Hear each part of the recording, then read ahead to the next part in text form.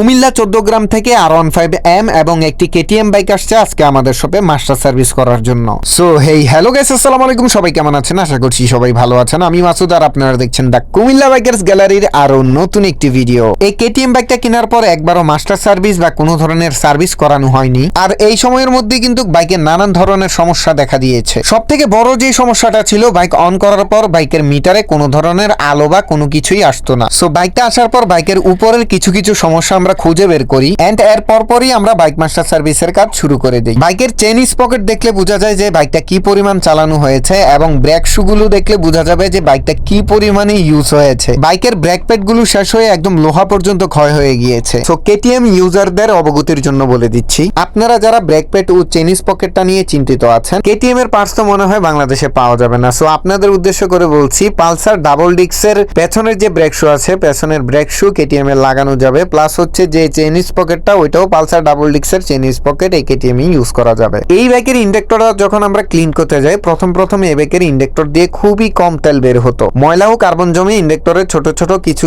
ছিদ্র বন্ধ হয়ে গিয়েছে। সো এই কারণে হচ্ছে তেল কম বের হতো। পরবর্তীতে আমরা ইন্ডেক্টরটাকে আল্ট্রাসনিক ক্লিনিং করে এখন স্পিড টেস্ট করছি। শপে না থাকার কারণে মাস্টার সার্ভিসের কাজগুলো আপনাদেরকে পার্ট টু পার্ট দেখাইতে পারিনি, এই জন্য আন্তরিকভাবে দুঃখিত। ফাইনালি এই বাইকের মাস্টার সার্ভিসের কাজ অলমোস্ট শেষ হয়ে গিয়েছে, আর আমরা মিটারের কাজটাও করে দিয়ে আপনারা দেখতে পাচ্ছেন মিটারে এখন সবকিছুই শো করতেছে। প্রথমে যে আপনারা দেখেছেন মিটারে কিন্তু কোনো ধরনের আলো বা কোনো ধরনের লেখা শো করতো না, বাট আমাদের কাজ করার পর এখন সবকিছুই শো করছে।